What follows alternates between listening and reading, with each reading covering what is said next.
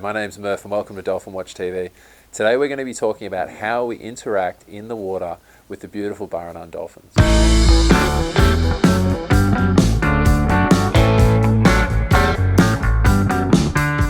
First thing we need to know, these animals are completely wild.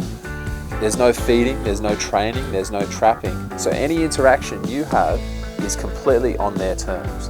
And this is probably what makes it the most special thing, is that we'll put you in position and the animals are going to come over to you, and then you can have that true one-on-one interaction with a beautiful wild animal, and it can leave you speechless. It truly is an amazing thing.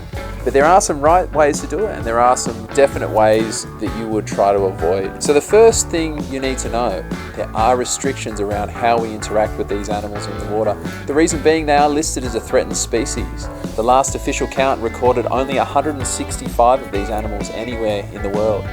They're a close relation to the common bottlenose dolphin, and we call them a Burrunan dolphin. Slightly smaller, it's a species of inshore dolphin which is only found in Port Phillip Bay and over in the Gippsland Lakes.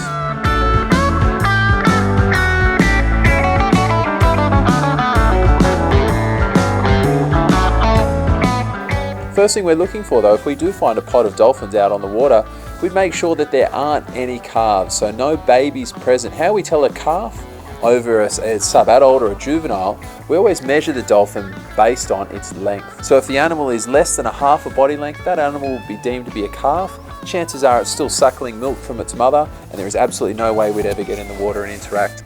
Next thing we're looking for is to make sure that those dolphins aren't in the act of making new dolphins. If there are dolphins that are mating, it is quite a spectacle, but it's one of those times we'd never put people in the water because we never really want to get in the way of nature taking its course. So the pod we've got here has no calves. It's got no animals that are breeding. The next thing we need to do is look at how we're going to swim. Now this is a controlled swim, so it means there are restrictions on how we interact with these animals. First thing you'll note is we will clip 2 lines onto the back of the vessel. We call these mermaid lines. We'll also only use a mask and snorkel. We'll never use the fins. And at all times when you're swimming, you will be connected to those mermaid lines. We're allowed to have up to 10 people in the water at any one time, and we can have up to 5 approaches to try to get in and interact with those animals. Now do remember, they are wild animals. There are no guarantees with wild animals. Every time we put you in the water, it will be a different interaction. I've had animals that have swum past me, looked me in the eye and kept going. I've had other animals that have sat and played with me and swum around me in circles for close to a half an hour. So we get a mixed bag, but we get wild, true, real interactions, which is quite incredible.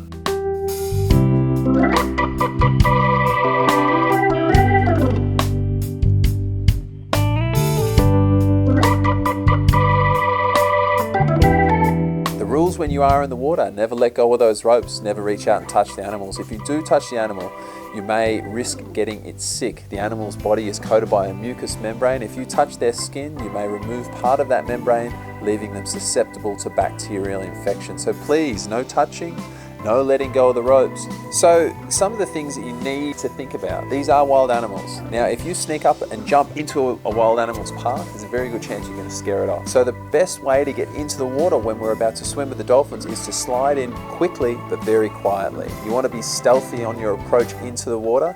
That will ensure that the animals aren't going to get scared by your loud splash. Do get into the water quietly and you should have a great time.